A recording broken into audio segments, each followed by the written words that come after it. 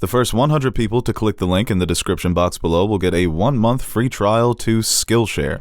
Skillshare is a great option for those looking to improve their online skills or master old ones in your free time. Skillshare is an online community with thousands of courses in a multitude of different categories, ranging from Adobe products like After Effects and Premiere Pro, or categories that focus on photography, videography, video editing, and so much more. There is so much to get out of a Skillshare membership, whether if you're an individual creator or someone trying to jumpstart a small business, or someone who just wants to learn more about their hobbies and the things they like to do in their free time. Skillshare really has it all. It's a great community. You'll find so many different creators who are immensely passionate about the things they love to do. It doesn't matter if you're a beginner trying to start their career in content creation, or if you're an experienced creator looking to hone your skills. Skillshare definitely has the perfect course for you. Take this class, for example, YouTube Success, Script, Shoot, and Edit with MKBHD, a perfect course for beginners and veterans alike. In this course, MKBHD, one of the most successful YouTubers in the world, breaks down his filming process and provides helpful tips on how to get the most out of your online broadcasts or your YouTube channel. But it doesn't just stop there. There are literally thousands of courses and so many different topics. So be one of the first 1,000 people to click the link in our description box below,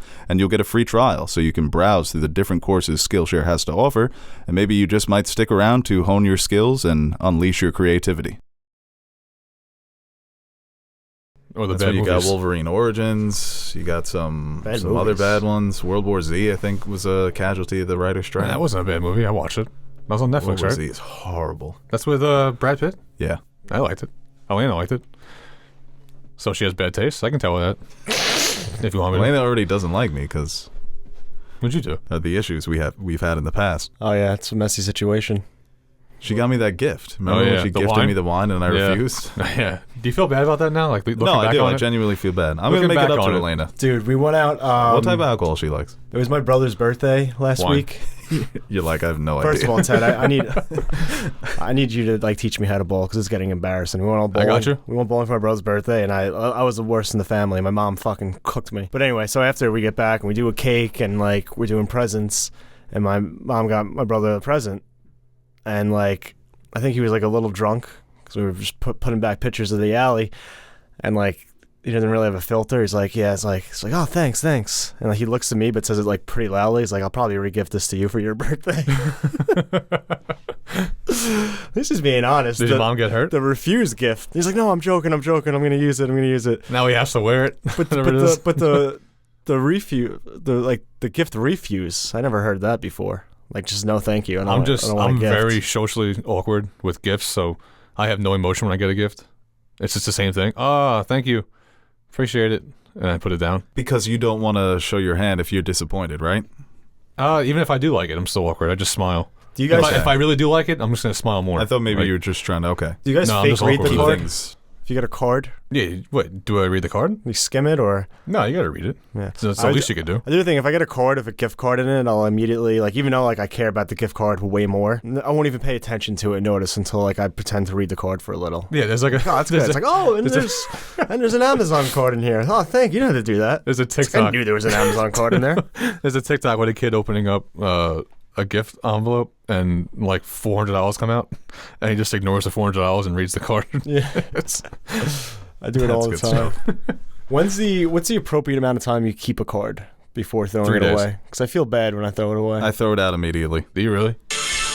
I have no use for your card? sentimental words. Well, if you get like a really, really nice one from like your mom or a family member, like Throw it out immediately.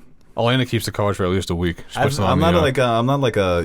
Where am I going to put the cards? I have a thing in my I'm going closet. to do a card shelf. You got shelves. there's a Yeah, shelf that's in what my it's for. closet packed with cards that like I just feel bad throwing away, but I just never pay any attention. That'll be nice though when I'm like 45 and like dying.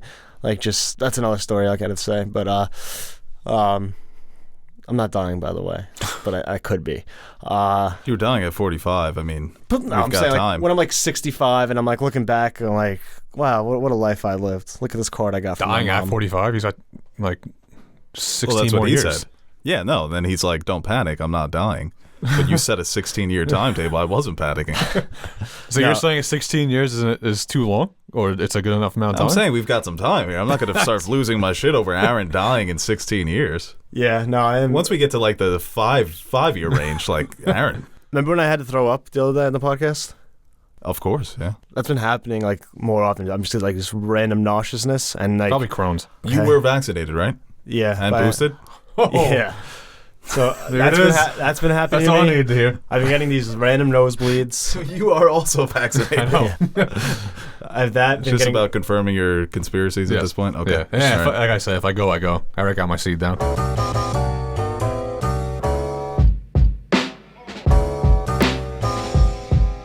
Hello, everybody, and welcome back to another episode of the Nerd Soup Podcast. I am Bo Oliver, joined here today with Aaron for the next 16 years, and Teddy, and we are back to talk about the world of Hollywood. Actually, we're just talking about a TV show to start off this podcast, and that's going to be the majority of the recording. We're going to get into Season 1 of Peacemaker, the HBO Max original series, a spin-off of The Suicide Squad. It's a show that many people have enjoyed, and I think all three of us enjoyed it, so I'm excited to talk about it. And of course, you can listen to this podcast on all the places for podcasts, Spotify, Google Podcasts, iTunes, Buzzsprout, YouTube, and check us out on social media at Nerd Soup. Best way to submit fan questions, right? Get immortalized on the Nerd Soup podcast. So when Aaron's looking back on his cards, maybe he looks back on some of the fan questions. Listens back on the or podcast. when I'm not here next week.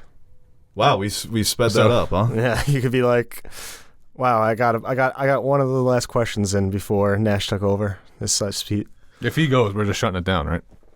If he goes we're early? replacing Aaron. We could replace you with Nash, Okay. not Aaron with Nash. I don't think that works. I don't No, think me it's as maybe me with Nash too. We'd It have could just to- be like a different pod. Yeah, we had to redirect. I don't what want we're like talking I about. said. Yeah, me and Teddy have been having a lot of political chats lately, Yep. talking about Ukraine, talking about the Fed. we came to an agreement though. You're more than welcome to monetize, but like just maybe kick it back to my family. You know, actually not. I'm going to need to get that in writing. It's on Twitter. It's pretty much law. That is true. No, you. Oh, I didn't You have sign no off wife. on a You have no tweet. kids. It shouldn't go to your So I family. could It say should I just be was with hacked. us. What? All right, so Peacemaker, Season 1 review. We're going to get right into it. Obviously, we did the finale, which I think most people enjoyed. Fans of Batman and Cyborg, not so much, but for the most part, I think it tied up a lot of the loose ends that the season set up and left the door open for a return. And obviously, we got the news that James Gunn was going to come back for Season 2. But Season 1, for me, this was a show that I did have somewhat high expectations coming into it. Obviously, the character has become way more complex versus the character we saw in Suicide Squad. But James Gunn, very good director, very funny. I like a lot of his movies. I like his writing style. So this worked for me, and it met my expectations. I think what exceeded my expectations were the dramatic performances, most notably by John Cena. Yeah. But, you know, even a character like Adrian Chase, Vigilante, he was great. Did not expect him to be the standout that he was. A character like Harcourt, who's there in the shadows in the Suicide Squad, being brought into the light, and she's a great character as well. We even speculated, oh, maybe she should get her own spin-off series. And all these other supporting characters were great. It was a great little group that they brought together for this story, you know, taking a D-list character and maybe making him an icon. It helps with John Cena. He comes in with such a big fan base of his own, but time will tell. We're going for Season 2, but Season 1 for me was a big success. I don't know how you guys felt. So I came into it with little to no expectations, and I actually didn't start watching until like a week before the last episode came out. You did see Suicide Squad, right? Yes. Okay. So, but that's the thing. Yeah, not not the the two- Joker. No, I saw it. But that's the thing with his character. I just thought this was going to be another like poopy show that wasn't going to be that good. It was Another a spin-off. poopy show? It was a spin-off character, a spin-off on a character that, you know, John Cena was good in Suicide Squad, but I don't think he stood out like crazy to warrant a side, its own series. That's what James Gunn does. I mean, he took a side character and turned him into an icon. Like you said, John Cena was phenomenal. I didn't know he was that good at acting. Me neither. I really didn't know. He had me crying at one point. Well, I won't give him that. I won't give him that big of a nod, but he had me tear. John Cena needs to be humbled. Let me walk that back, actually. I don't want to walk it back, but he did. He had me He tear. could definitely with improve. Eagle. Yeah. Yeah. The show was very funny, and like me and you were talking before, I think it took some aspects from The Boys. Like I felt The Boys I felt like this show crutched on the violence, but it wasn't so over the top where it was like it's all you can talk about. It was just it happened. It's gory. It's funny. No, You could pass it up. I'm trying to Yeah, think you of how. wrap it up. I don't know Yeah, why. I know. I was gonna say, it was like you're going for a while. I- Like, that's I'm good. sweating. Hold on. It's gory. It's funny, and I just think that I'm happy it got a second season. I'm in from the start now of season 2.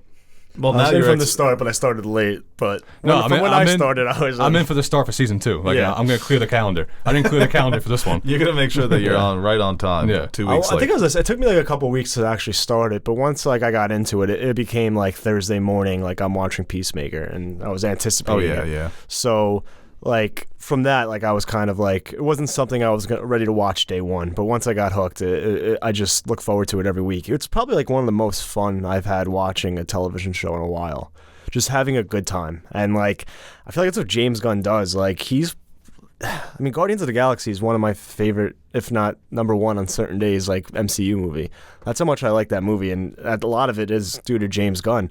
It's very similar, like you said, taking a basically relatively unknown characters and making them icons. I just think what he was able to do with that Peacemaker character, taking a, like you said, D-list superhero that most people didn't even know about until they watched the Suicide Squad, and making him the most well-developed DCEU character is pretty astonishing. And I know like James Gunn gets a lot of criticism for his like child humor. I'm a fucking kid, so like I laugh at that. Sometimes it does get a little bit too much, but like at the end of the day, like that's what he brings to the table, and a lot of it is clever. And sometimes you just get like your good old fashioned poop joke, right? And it's kind of like with Jackass. Like getting hit in the nuts will never not make me laugh. So you make the dick joke, and I'll probably laugh at it. But like I think his flavor and his style was just sprinkled in tremendously, and it really does lend well to that character when he was trying to do, and especially with John Cena. We talked about like his roles in the past. I think Blockers is probably my favorite performance, but even in a movie like Trainwreck, another comedic performance, a short one, but he was still like really good in that. His more serious roles haven't been that good, but this shows that he can tackle those more dramatic aspects of acting. And I think like everyone says, oh, pretty good for a wrestler, but I think you mentioned it on a finale review, like wrestling, when you watch it, like they're putting on performances once a week. And No, definitely. The transition is not as hard as everyone makes it out to be. And especially like the top level guys, the famous ones, John Cena, The Rock, like they lend so well to acting because they're so iconic at that entertainment because of their mic skills and how they're able to get a crowd going or able to interact with other wrestlers. So The Rock had WWE on his shoulders for like 15 years. I think it's more impressive to be a great showman as a wrestler almost when you're coming in. Because that's just, you have to have the look, obviously, you need the physicality, but the mic skills, look at I'm not too familiar with wrestling. Right, exactly. It's taken him years to really grow on the fans. But yeah, Cena, he is, like you said, he's had some other good performances throughout his career, but this is definitely the best that he's ever been as an actor. It's amazing what you can do when you get a competent writer and director. I don't want to take any shots at the former DCEU writer-directors, but I think it's safe to say James Gunn may be the best one yet. So when you bring a guy like that in and you get such a complex and a character full of so much depth, it's not surprising. That's why my expectations were a bit higher than yours.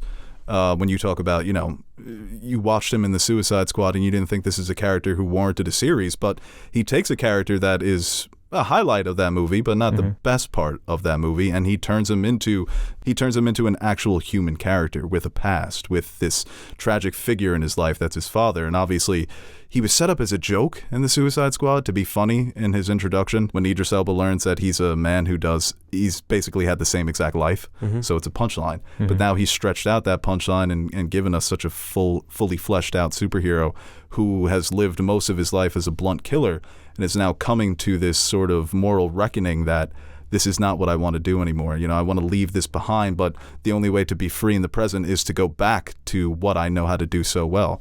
And it's sad. And I think, you were expecting the action to be a little better in the beginning. I was expecting because he gets his ass kicked a few times. Yeah. And I think you can chalk that up to this is a conflicted man who doesn't want to use his violent powers anymore. So like when he's fighting the first butterfly that he ends up hooking up with and he gets his ass kicked.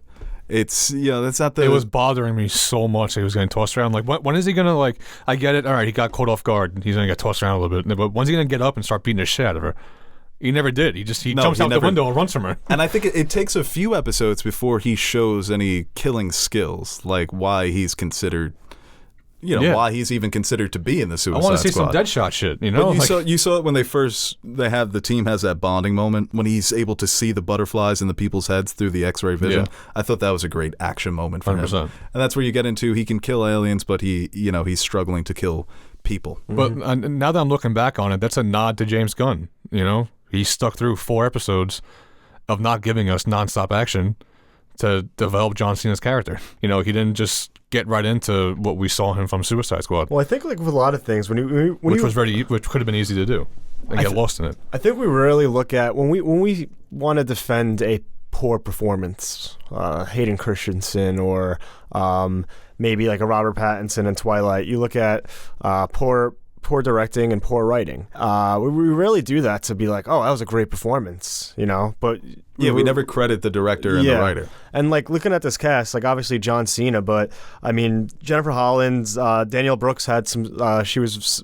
very good in Orange Is the New Black, but I mean besides Robert Patrick, really, this isn't like a veteran group here. It's a lot of up and comers, new names, and apparently Freddie Stroma, who plays Vidge, was a last minute replacement. Yeah. No, he came in halfway through shooting. Okay. That's halfway through shooting. That makes it even more crazy of how good he was, because that's one character that could have been very annoying if it was done wrong. That casting was perfect. Yeah. Lightning in a bottle type of casting where he's just the perfect amount of nerdy, but he's got some swagger to him as well. He could have been very repetitive and very like what's the word? No, I think repetitive is repetitive. Good one. Yeah. I'm trying to find a worse word. Like the real veteran just wears thin on you, but I don't think it ever did. The real veteran here is like Robert Patrick, and like his most and iconic, even John Cena. Yeah, and his most iconic role is kind of just like a stoic Terminator in the Terminator. And I actually like oh my God. What? Is he the silver guy from Terminator? Yeah, he's the bad Terminator. Wow. He's also in Spy Kids. Oh yeah, but like even him. Have you seen his Twitter? Yeah, it's very funny. He's so happy about this. I don't know why that makes me happy, but I feel like a lot of, you know, you see times like old veteran actors will do this and kind of just, you know, they'll do the part, talk about it a little, but he's like enthused like every week. It's like, get ready for Peacemaker, and love it. I'm like, that's awesome. That's not him. That's probably just like his agent or something, or team.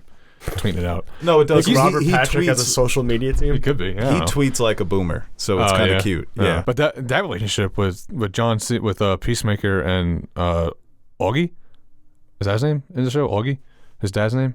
Augie, yeah. And that relationship between Peacemaker and Augie. I didn't even know that. I was like, I don't know where I pulled that from. I only know him as White Dragon. I know. I don't know where I pulled that from. Yeah. But that was deep, and I'm glad. I don't think he's going to be done. I think he's going to be around as like a mental thought for him to go back to and reflect on. So I'm happy. I'm sure he'll be in here for season 2. Yeah, I said on the finale review that even though Peacemaker has come to, you know, he's realizing the problem that he has and he's confronting it, but that doesn't mean the problem is going away. And I think that his dad represents that, keeping the actor around. Yeah, we've seen comic books do this before. Yeah. They did that. That was a big part in Dexter, and I really like the way they use that. I guess it's opposite because in Dexter, his father was like his moral compass, like to keep him on the right path. So he would show up at important moments and kind of have that back and forth. With this, it just seems like it's going to be an antagonistic relationship, which he's going to show up at the worst moments possible and push him like in the wrong way, and guilty conscience. In the wrong way. He's going to need a kill him. Well, the relationship I think he had with Adebayo was so sweet, and that's something we also brought up in the finale, that they had some similarities, being raised by killers, being trained to be killers, but being reluctant to actually do the job. But Adebayo really humanized this group, because these other characters, we saw some of them in Suicide Squad. Obviously, Peacemaker is a big hulking man, but she's just kind of a regular person. Not that big. You know, she lost her job, so she gets brought into this because of the connections she has with her mother. But like I said, the relationship between the two of them, it was funny, it was sweet. Obviously, when she betrays him, it's you feel so bad because you just want them to be buddies. And the way that he was drawn to her as well, I thought that their chemistry together was really sweet and a standout of the series. I don't get why they had. I mean, maybe you guys can tell me, why was that whole team, like, was that just James Gunn trying to, like, push a narrative forward? Like, they all felt like they weren't good enough. Like, was that a reason that they put that group together? Or was that just James Gunn? But everyone in that group felt like they didn't belong, or that they weren't good enough for what they were doing. I think that's like a lot of, with anybody, like a lot of people in like most scenarios. You know, people have like this kind of self-doubt, even humanizing and grounding the characters, maybe? Even people that you think would never like take like I'm sure Steph Curry has moments of real vulnerability and like human where he doesn't, he's conflicted about who he is and if he does like, at the highest levels, people at the highest level of their craft. So I think that's something everybody can relate to. You sound like you're about to sell me a gym membership. What, for Steph Curry? Yeah, but you're about to like sell me your merch and your bag. Steph Curry also has moments of doubt. Sign up for Buy Big Bad Benzo's gym equipment. No, I'm actually like trying to be a motivational speaker. Yeah, some Tony Robbins vibes. That's there. my next route. So I guess that was his attempt to humanize and ground these characters on, like where they can relate to the audience. He said on a group Twitter of misfits that, or people who don't belong or kind of like relegated to this shitty, like their headquarters is trash, like just kind of making do with what they got. Yeah, and each coming together and kind of helping each other along this journey to realize, hey, we are worth it. Yeah, that speech in the end of Guardians when Chris Pratt calls them all losers, but they have a chance to actually do something. It's every James Gunn movie. Yeah. It's the same group. He literally just did it with Suicide Squad, They all come together at the end and they fight against Starro. And this is the same thing here, right? Yeah. Alien invasion. They all come together. They bond. They learn some things about each other. He loves aliens. He said the scene with Economos having to be that vulnerable in order to save his life was just that he had to be honest with himself. A joke that was reoccurring throughout the season, Peacemaker picky on him about dyeing his beard. And then he has this moment of full vulnerability in order to save his life. And, how many people would be able to do that in that moment? So I think a lot of this series was characters confronting their deep-seated insecurities and coming out not unscathed, but coming out better for it. And obviously it still is a superhero show, so the addition of the butterflies I thought was really interesting. They were creepy, cute little creatures that would burrow themselves inside of human brains, and that was disgusting to watch. Dude, when they attacked the police station, and they were fucking going into everyone's mouth. When they would when they wiggled into the detective's mouth, I was like, I wanted just her to fucking grab it and rip it out. Well, like going back to like all of them, like basically getting a chance to prove themselves, and like that's something that's reiterated when Myrn talks about how like he still feels. He was a great character too. Yeah, like he still feels like the emotion of the person he took over, like that. He wasn't like the best guy, but like he feels like he took away that opportunity to give him a chance to change who he is, and that's kind of what these characters are all afforded in the show, is an opportunity to kind of either change their past or kind of move on from it and be better. So that was like a reoccurring theme throughout the series that I liked. But yeah, that is. I used to have this irrational fear of earwigs. For that very reason, because I felt like I don't know. Is that a true statement though? Do earwigs do that? I don't know, but like I was convinced that would happen, and an earwig would burrow into my ear one day, and I would just. Well, before we continue with this review, can we get confirmation on earwig? What are they doing in there? Yeah, let's get. You ever hear like I just had the worst irrational fear, like black widow spiders? I'm like, oh, I'm gonna fucking. That's how I'm gonna die from a black widow when they're probably not even here. They are deadly though. I know. That's why I was scared of them. Rogue planets. I was convinced that a rogue planet can strike our planet at any time and we'll all just be dead. Had a lot of... Still do. Anyway. Yeah, I think... I feel bad for the butterfly going to take over your body. That butterfly's just going to ditch whatever assignment he has. Can I switch with you? It's me. They're like, this guy's no better. He's flying around looking for potential candidates. Like, he looks like good shape, he looks all right. We'll get in there. It's like... What's wrong with him, buddy? I got some stories for you. Humans are fucked up. The Larry David butterfly would just be, this man is a billionaire. Why is he fucking so anxious? You know what was neat? I forgot that like Peacemaker doesn't have any superpowers. So it's like every blow he took, like you felt it, and he felt it. Like he's physically getting the shit beat out of him. And it's taking a toll on him. Dude, the first fight with Judo Master, when it's Vigilante and Peacemaker versus Judo Master, and he just beats the fucking skulls out of them, ready to just fight at all times. Judo Master, he was actually hilarious, eating his chips. And even when they did the rematch, and Peacemaker's like, rematch, motherfucker. And he showed, I can keep up with Judo Master, who obviously is a character from the comics, and his name speaks for himself. Yeah. But yeah, there was definitely a sense of realness to the fights, where it wasn't just superheroes being thrown into walls and they just walk it off. There's, like that first encounter with the butterfly he had when you joked about he walked in trying to look for his socks. Oh my god, I laughed out loud for like 5 minutes when he ran in and he couldn't find his socks and was like, "It's my fucking socks!" But the way she's cutting him, the way she's throwing him around the room, that he's just looking for items to his shoulder, fighting like Jackie Chan in a mall almost. But that's what James Gunn can do. The visual humor is obviously there through certain moments with the helmets, like I mentioned in the finale, Adebayo becoming a human bullet.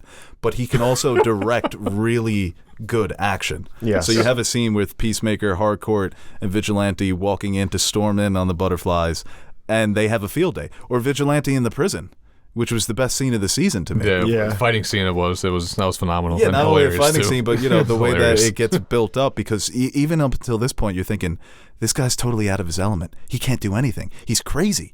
He's out of his fucking mind. He's just a Peacemaker fanboy. He's obsessed with him. I don't even know if he actually likes him. I think it's more of an obsession. He gets tricked into infiltrating the police, fighting against these Nazis, and then all of a sudden he's legit. He can throw hands. I didn't know he could do that. I thought he was going to get the shit kicked out of him. And that was such a surprising moment. Yeah. He just dressed up and was playing I was like, the part this with him. moron's going to get himself killed. Like this, I thought that's what the character was there to just to show how crazy Moondragon can be. Is he a dead shot too, though? Like, does he not miss either? How many dead shots are there? Very skilled. Because he didn't miss that 50 cal either when he was wiping out the kids. If you're a superhero without powers, you're probably good with a gun. Yeah. That's kind of just default. You're just good at all weapons. One of my favorite moments of the season is when the Red Dragon? What's his name? White Dragon. I thought it was Moondragon. Wait, who are you talking about? Vigilante or the dad? White Dragon. Augie. Okay. Like when he first attacks them on their RV, and like he comes out to fucking face him, like when Peacemaker's down, I was like, let's fucking go, Vig. Like I just want to see him like fuck shit up. And yeah, he's. And what happens is he just tosses a grenade. Moondragon is Drax's daughter in Marvel Comics.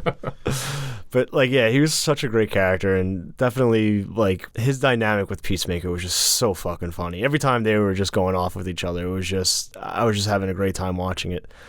But like, yeah, like you said with the action, like I think that last scene in the finale too was great. Like just giving everybody their moment to shine and actually just go to town on these fucking butterflies. And I thought Suicide Squad too had very good action in it too. Oh yeah. So like he's very good at mixing that kind of action with the humor.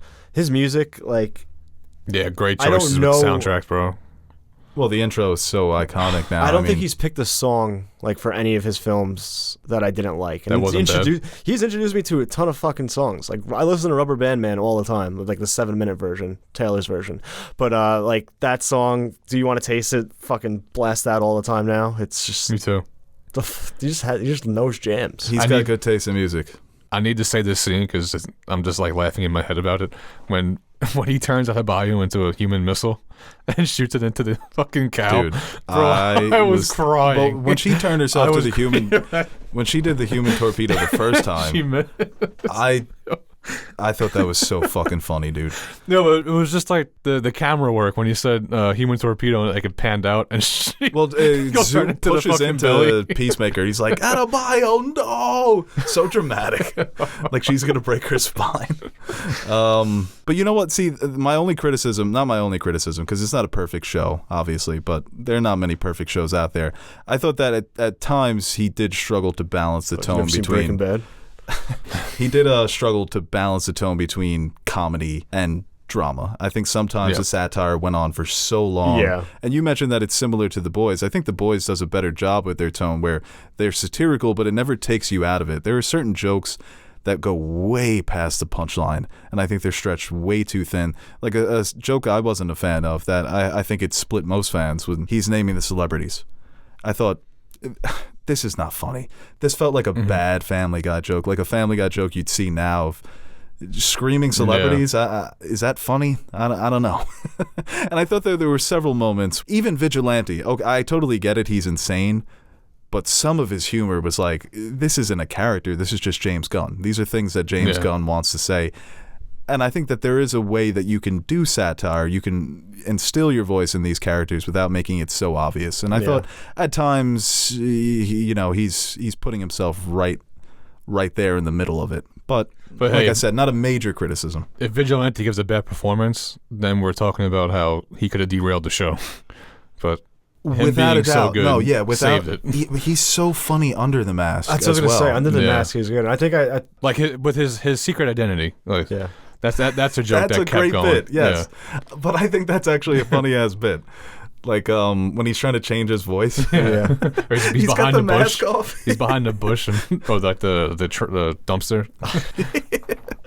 Well, Harcourt was, there was no joking with her character. No. Yeah, she called him a fucking idiot several times. So she was the character who was kind of outside of the satirical bubble. And obviously we've seen characters like that before, hardened, cold killers who then softens up a bit at the end. But she was like, Aaron mentioned that she's similar to like a DC Black Widow. Yeah, she was like, because I think at Myrn was like at first like the stern kind of like steady character. Well, he But was ended scary up- at first. He ended up being so funny in his own way because Yes. then we realized he's a butterfly, but like his just inability to connect on a human level with them. Like the more you look back and when you realize like what's going on and the more time you spend with them, it's just so fucking funny. I think Bernstein Bears joke. you can. Which one? The Bernstein Bears joke. It's Stein. That was funny, yeah. You can look back on the show and watch it through a new lens, knowing Myrn is a butterfly. And his character, like, in the beginning, I thought he was going to be the de facto Waller. I didn't think we were going to see Viola Davis. I didn't even think they would mention her. Talk about that pull though. Like we talked about it a little bit on the finale review, just getting Viola Davis to do cameos, like a top 5 actor right now, just to come in for a few seconds. Well, I thought think you meant she's the pull that Gunn has with oh yeah, at the end with the Justice League. no, his wife. Well, a lot of people think, oh, they met on set and now they're engaged. They've been dating for several years now. Good for him, man. Yeah, good for him, right? Congratulations. But I think there's an avenue where Waller becomes a reoccurring character in one of these seasons. If the show, Well, it's no, an HBO Max show. Viola Davis obviously has been on television. Decent check just to do a Zoom screening. I don't know. She got that might her outing her daughter ads outing her may have closed the door on Viola Well, I Davis. think that's where maybe? you can bring her in, where it's like a revenge type of. You think you could get Amanda Waller out of the picture that easily? I thought maybe that's why they did it, to get her out of the picture. Maybe They out her and then that she- could be they actually kick her out. yeah, that could be a flashpoint type of. You can go either way. Take care of Waller here, Yeah. and now Adebayo can maybe step into That's that actually role. a good point. I think Warner Bros. Like, yeah, use the Flash, use the Justice League Flashpoint. It's just gonna reset everything anyway. Yeah, who gives a fuck? Dude, you know what scene I'm looking back on now from Adebayo's perspective? When Harcourt shot that innocent cop that didn't know what was going on. Before we found out who she really was, it was like, maybe she's stunned, she's not, maybe it's like it's one of her first missions, she's not used to it. But now she's like, after Az gives her whole backstory, she's like completely, she's not this at all. And it's like, imagine you having to get put into this situation and you had to shoot an innocent man. Yeah, no, I think her point like- of view coming into it, But seeing that happen, it's like, imagine being Az at that point, it's like, I can't do this either. yeah, no, she gives a civilian perspective. Yeah. And I think the oath, obviously, that Peacemaker takes is used for jokes, but you can relate it to real life. Any man, woman, or child, how many times are civilians killed in war? And it's justified, well, that's what it is. We need to take out the bad guys. Obviously, they're not saying any man, woman, or child by any means necessary, but Yeah. that's kind of what it is. Yeah. And then you take a civilian from real life and you put them in the heart of this, and you see an innocent man, not an innocent man, but someone who she perceived as innocent just murdered right in front of her. Yeah, it's shocking. Well, I thought that was actually kind of neat, like the way they, like the character that's most desensitized to this is the daughter of probably the biggest like villain in the DC universe. Like obviously she's not like Zod or anything, but like what Amanda Waller does and how like down and dirty she's willing to get is like, it's pretty fucking like, that's Amanda Waller. And like for her daughter, and like we talked about like kind of maybe putting our own pieces together on the finale, just like maybe her just trying to be the complete opposite of that, or maybe a Waller just keeps her totally out of the loop, like in her upbringing was totally removed from like who her mother really is. I think you definitely see that throughout the season. The way that they talk about Amanda Waller, obviously it's something she keeps secret from them, but she's learning more about how cruel her mother actually, who her mother actually is. And she's the So in her equivalent. eyes, she's like the CIA director. She's just like the director of a big my thing, mom got me a job. Yeah. Which is also Amanda Waller fucking talk about throwing your daughter in the fire. Yeah, nepotism, that's one thing, but also You have some sort of idea. Excuse here. murder. You have an idea of what's Nepotism's happening. right on the line. Your daughter got turned into a butterfly. Right, the butterfly conspiracy is something that I imagine Waller was familiar with, because she's obviously trying to pin it on Peacemaker as something that can't possibly be real. They had it all written out already in a diary that she had planted. So, yeah, she kind of, I imagine Adebayo, if they ever do share a scene in season 2 or in future seasons, will confront her about that, saying, hey, what the fuck did you put me in the middle of? Well, also, Ad's only mission was to plant the diary and get out. That is true. Yeah, she did manage to stick around. Yeah. Well, she was so good as that character. I thought she was funny. Like I said, she gives us that civilian, down-to-earth perspective, and it's something that Chris Smith needed desperately in his life. You know, even in that first encounter they have in the restaurant, he shows up in his superhero costume, and she's the only one that gives him any time of day afterwards. She obviously, calls him sweet cheeks, and that makes him smile. So the friendship starts right there. But even going back to, who Chris Smith is as a character, this man who was a boy who killed his own brother. So I think there's an element there of a stunted childhood, and obviously the way that he was raised. He was always raised to be a man, to be a killer. So there's an immaturity there. There's a lack of social and emotional awareness to the people around him because of how he was raised by his father. But deep down, I think that the character of Myrn says this, that even though he was such a cruel and evil man, there was a way for him to repent for his sins, to make up for the wrong that he did, or to change. So for Chris Smith, going through this season and seasons moving forward, I think we will eventually see him become not the perfect superhero, but the imperfect, perfect superhero in a way. Yeah, I know. But, like I said, sorry to cut you off, but a lot of his issues, it does go back to the way that he was raised. And I think those flashback scenes were so fucking brutal to watch. It was. Fighting his brother and killing him. And, Robert Patrick, he's such a fucking evil presence, man. He really is just the fucking white devil in this man's life. His face.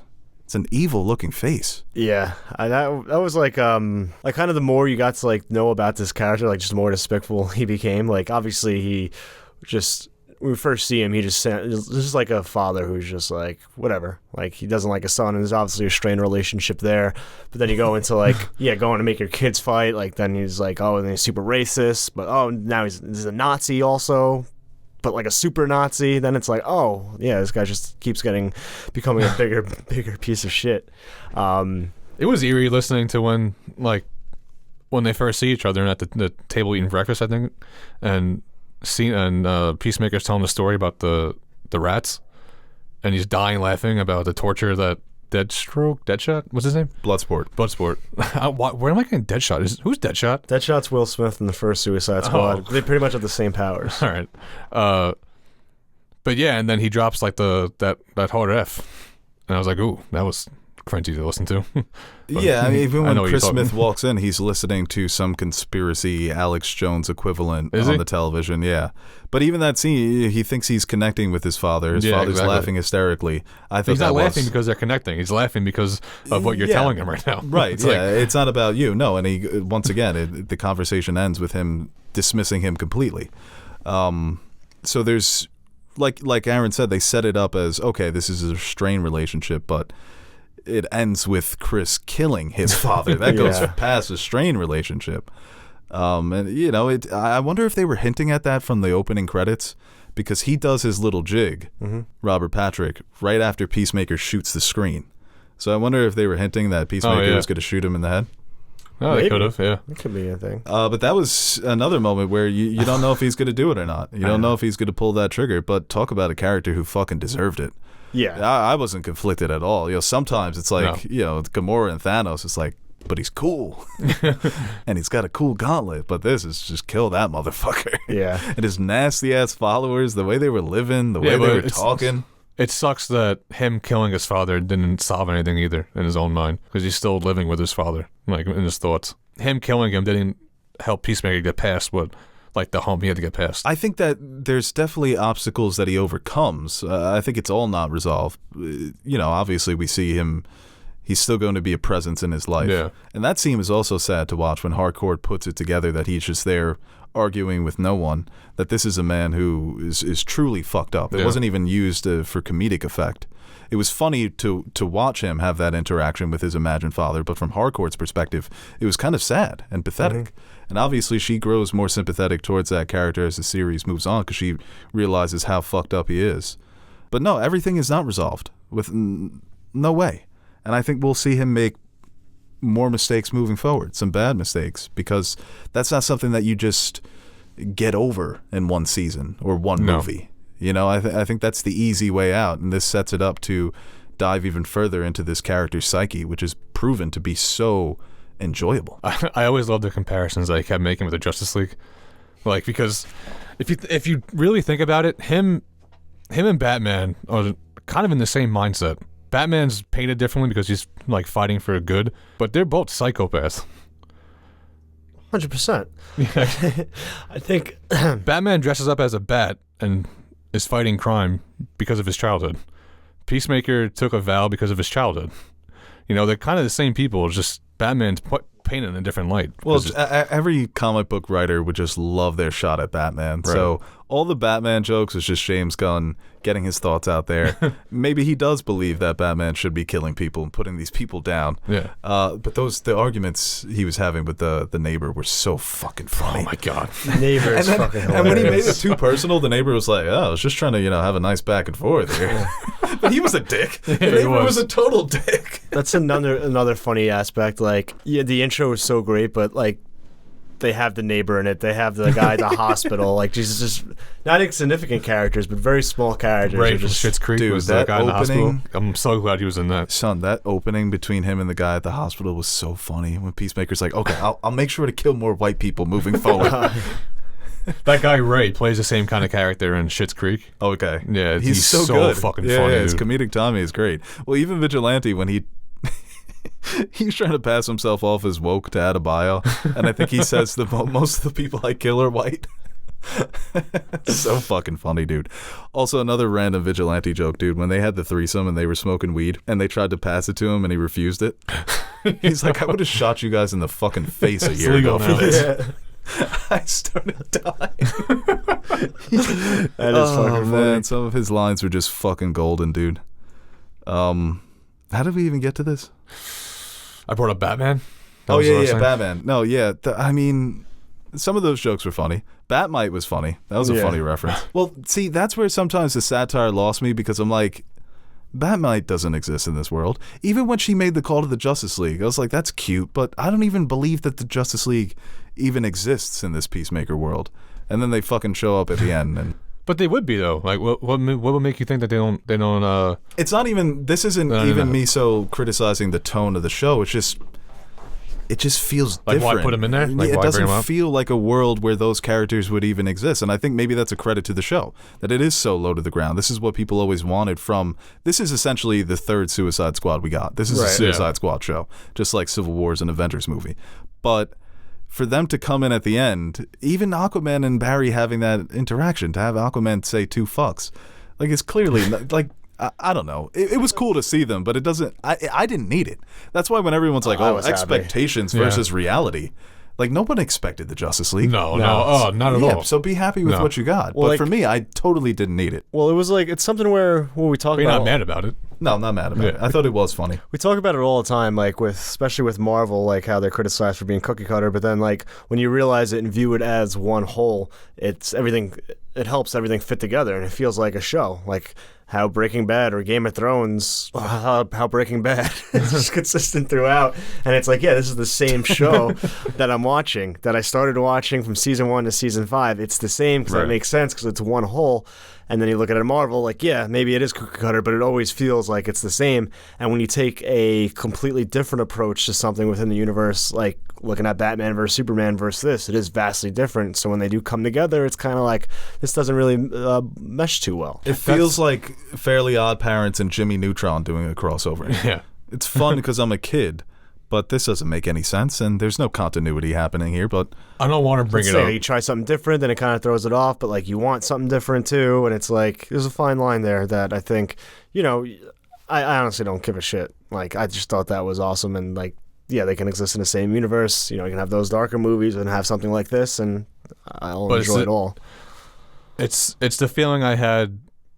Like I didn't care that Justice League was in it as I cared Luke came in Mandalorian. Imagine Justice League came into this show. They'd take it over. That is a good point. Yeah, I think I love how we. I didn't want to bring it up. We need to keep building up our argument. I know. You should watch Boba I didn't Fett. want to bring it up, but it's the same. Like if Justice League comes into this show, Justice League takes over. Well, I don't like the Luke shit in Boba Fett either. Well, no, I'm talking about somebody hijacking. They literally just gave 2 episodes. They literally just made Mandalorian I for thought 2 you were episodes. offering it to Teddy like you might like this more. No, Yeah. I mean Boba Fett. I don't know. I think you'll have the same reaction to me. You'd just be tired of it. Yeah. Not necessarily mad, but no, that does. I think that we can use that for our Mandalorian argument. That I was fucking like I knew about this. Like watching Boba Fett. Quick tangent. I was shocked to the level they just made Mandalorian. They literally it just literally made just becomes a episode. Mandalorian season. Yeah. I was for like the last I thought like 3 he episodes. just shows up and it makes like and they're together maybe and like it's a whole thing. Yeah, I'm he'd like, be like an ally. I'm like, no, this is just 2 episodes of Mandalorian. I'm like, it's better than Boba Fett, so like I wasn't complaining, but like I was just shocked. It might bode well for Mandalorian now when it comes back. You just build off of that though, no? But they blew their load with that. Well, obviously, I don't want to get into spoilers, but there's something. I just it was weird to do that in Boba Fett. Yeah. But let's get back to a good show, Peacemaker. Yeah. Any final thoughts? I mean, we could wrap this up. Obviously, we're not going to hit on every detail. It's an 8-episode season, but you know what's like funny to think about is that when Justice League did show up, you just think in your head they could have handled this in like 30 seconds. Because this is a pretty serious situation that they're dealing with, and the fact that they had to do it like they had Peacemaker and his group going through with this, and not Justice League, is just hilarious.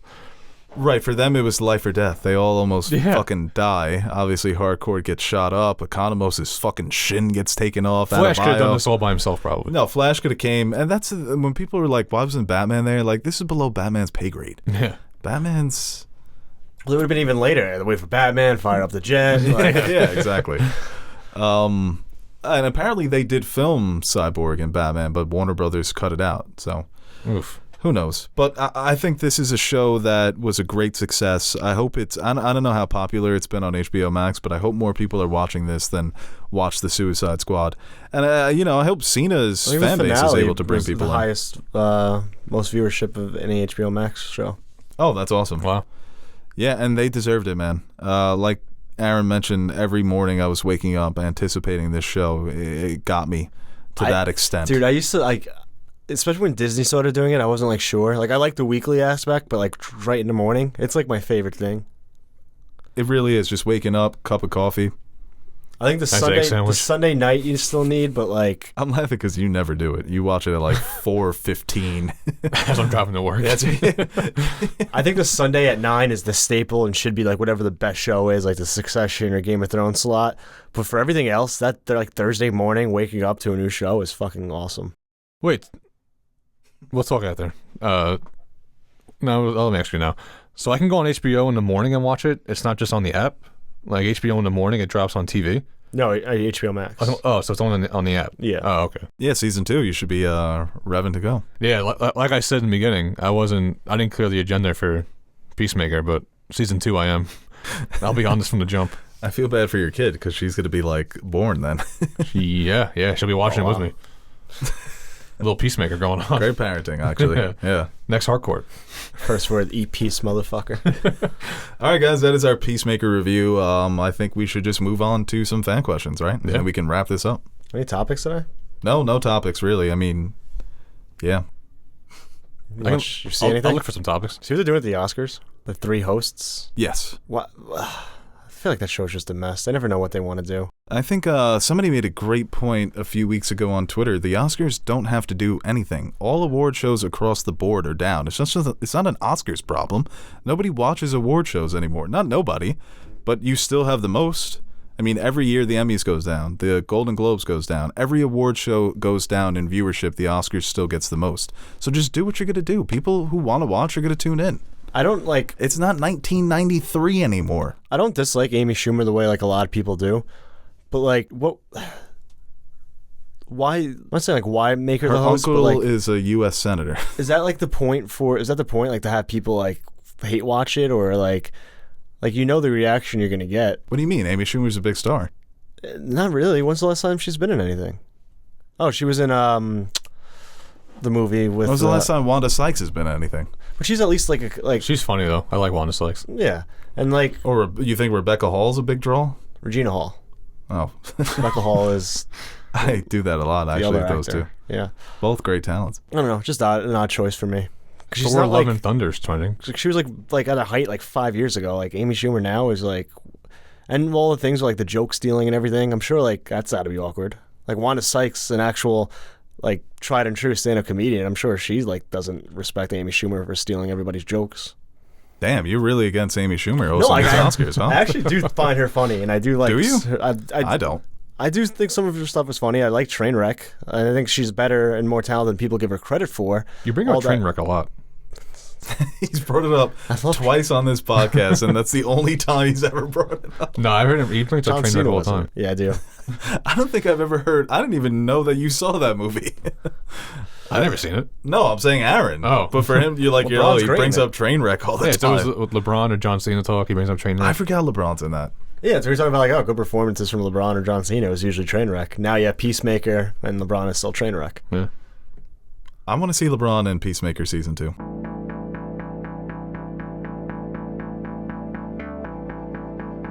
That's for the fan to decide. People you call up to the show, you better be ready. That's what you're supposed to do. Sitting there arguing and you're trying to spell your name and all of this other stuff. It's not your show, it's my show. I'm giving you the opportunity to speak your mind. Don't call up here unless you got something to say. This question here from Matt Sampson. Rank your top 3 Batman movies. Well, last week we talked about best origin Batman. I would say The Dark Knight. Live action or He doesn't specify. Mask of the Phantasm, The Dark Knight, Batman Begins. Very easy for me. yeah, that's fair. That's like Yeah, all 3 Nolans for me. those are probably I think Massive Phantasm is probably even more so than The Dark Knight, which is crazy to say because of just how popular that movie is. But when you talk to a lot of people, like they like People love animated? that fucking That's a- movie. yeah. And then I don't think any of the older Batman, maybe the first Batman can maybe get there, but I don't think it's better than Batman Begins. And I think Batman Begins is extremely underrated when we talk about the Dark Knight trilogy. People will go right to the Dark Knight, obviously, and then Dark Knight Rises, but Batman Begins is much better than Dark Knight Rises, in my opinion. So yeah, I'd probably go the same way. Oh as yeah, you. without a doubt. This question here from Benjamin Nami. I don't even care about Ted's opinion. No, I said all 3 Nolans. Yeah, he said all 3 Nolans. Oh. He's quick and easy, In and Ted. out. A lot of the animated ones are very good too. I mean, all 3 Nolans would be the answer for a lot of people. Yeah. And it's not a bad I choice. think Under the Red Hood, it's like Yeah. a very good Batman movie. I think I gotta go back and watch a lot of those. Some of them are on HBO Max, so if you're bored, just go watch those animated DC movies. Which we've said for a while, like everyone complaining like, oh, DC sucks, their movie sucks. Like watch their animated shit, and it blows anything animated Marvel out of the water. Hey, in 1 week we see the new Batman. That's fucking Oh my nuts. God. I can't wait. I knew I was going to get that reaction. There you go. This question here from Benjanami. Who is the best written character on Attack on Titan? It's Eren. Probably Aaron. And he's been through like he went from a character like from where he was in the beginning until now, like just I don't want to say he's completely different because he still has a lot of like what he was in him, but he is just vastly different in his view on the world, and like it is like some of the best character development for a lead in not just I don't want to say an anime because I haven't watched many animes, but like just television, storytelling, writing, like It is a sort of like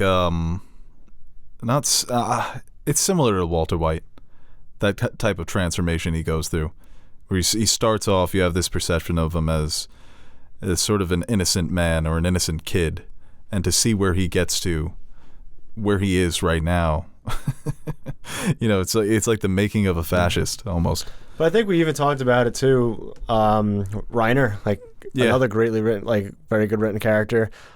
Zeke. I think Zeke's one of the best villains. And it's hard to even call him a villain now. You don't but even know he's, who. he's up there. Armin, I think, was like so many good. Like, For a long time, you just had no idea what to think of Zeke. Even that first interaction you get with him when he takes the little equipment and he just looks at it, you're like, what is that?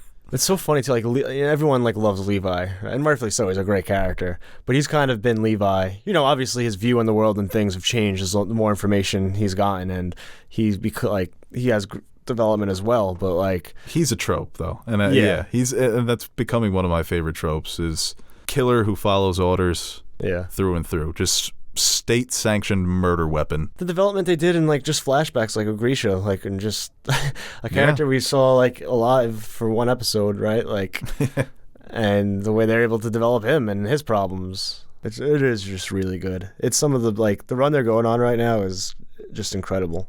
I just saw you tweet. Yeah, like it. I should like it, but I'm not gonna. This question here from Lucas Goldhammer. Do you think we could possibly see Amanda Waller send someone after Peacemaker and the team in season 2? I could see her sending someone after her daughter. Psychopath. People like saying Bane is going to be it, and James dead. Gunn is like, no. Like he did shoot that down. Yeah. What? Bane. Oh. There was a rumor that Bane would be in season 2. I know Bautista desperately wants to play Bane, and if anybody could put that together for his friend, I know Bautista and James Gunn are very close.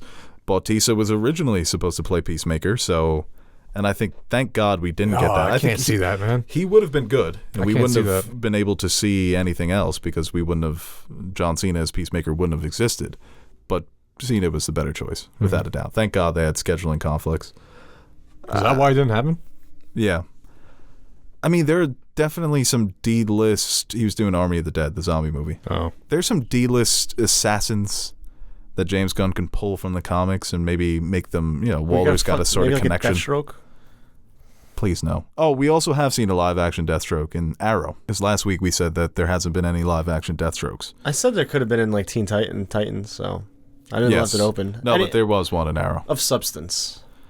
He's actually pretty frightening in Arrow. Is he? Yeah, I stopped watching Arrow. He murders after season everybody.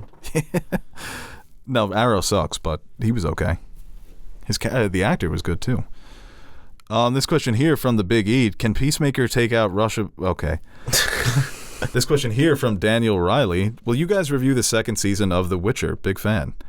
I have no interest in watching that. And I didn't hate The Witcher, the first season. I mean, I'll probably get to it eventually, but there's no rush for me. I'm 2 episodes in The Witcher right now. If we're like, we need to review it, then I'd watch it. But like, I got halfway through, and I thought it was better than season 1. I just fell off of it. These Netflix shows, they drop, and it's like they come and go. They need to get away from the binge model. They really need to go weekly. it's like even with Stranger Things, like I know season 4 is coming out. I don't know if I'll watch that like the way I anticipated the other seasons, like first weekend drop. Ozark is a show that really would have benefited from the week to week. Yep. I just finished the part 1 for the new season. Very good. But nobody talks about it because it just came and went. They just drop it on their streaming service. People watch it all in one night, 2 nights. That's what I did. Well, Amazon's doing talk something about it for a week, and that's it. Amazon's doing like Miss Maisel's going 2 episodes a week, and that's like one of their flagship programs. I love the 8-episode season. Drop the first 3. Drop the first 2 in the beginning. Guess they didn't give out screeners for that because I was actually like really looking forward to that. This question here from Dom O'Connor. I got one for The Boys, the animated show. Did you see that? No. They're coming off like an animated Boys. June spinoff, 3rd, season 3 comes out for The Boys. Look at that. That's sick. What's the date? June 3rd. Well, this question here from Dom O'Connor. Who will have the best season? The Boys season 3? Ooh. Peacemaker season 2? Invincible season 2? Damn, that's tough. I think Invincible just because... There's so much more to get to. Yeah, and there's like... Precedent. So much more you could do with animation, especially within that world, like the superhero genre. Well, the thing I keep it's reading like as good about... as the Boys, and like compared to like what Invincible did season 1, I don't think it's really like. I think Invincible's clearly a notch ahead, so just from viewers and kind of just story. I think The Boys season 2 was really good. It was. I'm trying to think if The Boys season 1 is better than Invincible season 1. But The Boys, as I've really enjoyed season 1 and season 2, but that's a show that I could very easily see going off the rails. But the Invincible, it went away from the comics a bit, but there's so much more to get into with the larger world of Invincible. I don't know how much is there with The Boys because they've already changed so much. And they're obviously bringing in the supernatural actor to play their version of Captain America in this world. He was like the first. Padalecki? Yeah, or the other one. I don't know. Padalecki is the tall superhero. No, it's the other Superman one. Looking. It's the other one. Love how With the Teddy's long like, hair? with Marvel and comics, like, I don't know. whenever we need something, we'll go to Marissa. If we ever need anything for Supernatural, we go to Teddy. And he bricks it every time. Jared Padalecki is the guy who would play Superman. Well, they're Captain America. Okay. I'm going to take your word for it. Bricks it every time. I mean, 3 fucking great shows. We're getting So like, I think Invincible, but sorry to cut you off, but my answer would be I think Invincible has the most potential moving forward. Which I guy? was thinking about this today. Ackles. Is there a better Ackles is playing their Captain America? Yeah, we've talked about this though. Is there a better time right now Wow. than to be an actor? With just how many streaming services and shows and content that's being produced right now? Dude, it used to be like... I feel like I can go to LA right now and get a gig. Well, you see that meme, it's like never ask a woman her age, never ask a man his salary, never ask why these actors' parents' names on Wikipedia have blue links. It is a very Big club. yeah. Yeah, there's a lot of fucking. That's, there's well, a that's lot why of fucking people thing need to out there. stop crying about no one watches the Oscars, because they're watching Hulu, they're watching Disney Plus, they're watching everything. There's so many things to fucking watch. Do you remember like 5 And years also, ago? celebrities. Sorry to cut you off. No, you go. You see them all the time. They live on social media. It's not the red carpet anymore, Yeah. where you go months and months. Like, what the fuck is Will Smith doing? That's a very good point. It's like, no, I see Will Smith every fucking day on my feed making a stupid joke. That is actually a very good point. That you So they need to just. I've seen Tom Holland more than I've seen my mother. And Zendaya. So it's not like, oh, Tom Holland and Zendaya's gonna be there. Like that's like we We just saw them at the Ranger I game. live with them. We are parasocial. We are part of their relationship. Yeah, The so world like, is third wheeling Tom Holland and Zendaya. Really are. that's actually a really, really good point. But he's the biggest star in the world, huh? Tom Holland? He is a fucking mega. I think he's proven with this Uncharted box office that him and Zendaya the are whole like Spider-Man He thing. pulls, man. they're Yeah, like he's pulling. they're the power couple. Like that, they're our power couple right now. And I hope like You would think it'd be Mark Wahlberg pulling because of how big he is. I mean, I know you guys don't like I don't him, but think he's it still a hurts. big No, name, I man. don't think that hurts. I don't think the Holland-Wahlberg combo hurts. No. Without a doubt. but too like I they're think it's both more Holland they at were this both point. But Oh yeah, absolutely. But on their own. They're both still very famous, and you put that together, and I think they get. Like, you basically combine fan bases, so all the Zendaya fans are talking now about- Tom yeah, Holland yeah, fans, right. now Holland fans are Zendaya fans. well, they all those And now fan bases their are. relationship is a and Mark celebrity in Wahlberg's its fan own. base too. Well, you have to think. Teenage girls love Tom Holland. Teenage girls also love Zendaya. So their fan And bases. teenage girls are the most diehard loyal fans you can ask for. And everyone They're a loves Mark fucking army. Wahlberg too. Dude, I am. What do you say? Everyone loves Mark Wahlberg too. If you want me to like, You try to push Mark Wahlberg into the middle of this. I would rather fight like a Francis wedge. Ngannou than get than go against the BTS army or the Swifties. All right, guys, that is a Nerd Soup podcast for today. Thank you for tuning in. We've got to figure out where we're going to end this one because we got a little messy there at the end, but some stuff that we'll cut out that you'll never hear. But thank you for joining us. For Aaron and Teddy, I am Bo Oliver signing off. We will be back next week to talk about whatever the world tells us to talk about. Peacemaker getting bullied. Probably the Batman. His version of No. bullied. Maybe. No. Oh, yeah, look at that. No, next week we'll have a Batman review. We're actually seeing we it will early. have it, yeah. When you say we, am Yes, I part of you're it? part of that. All right. Damn, we were making some good points in that video. Hey guys, Aaron and Nerd Soup Monkey here. Before we end this video, I want to give a quick shout out to our Patreon supporters. What can I say about you guys that I haven't already said about myself? You are the most important part of the channel and the main reason we keep going strong. Like Bo says, you keep the lights on in the fridge so the fridge is full. Or something like that. So, from everyone here at Nerd Soup, I'd like to thank you guys for your continued support. If you're interested in joining the ranks of our Patreon supporters, head over to patreon.com/nerdsoup and check out the rewards we offer to our patrons.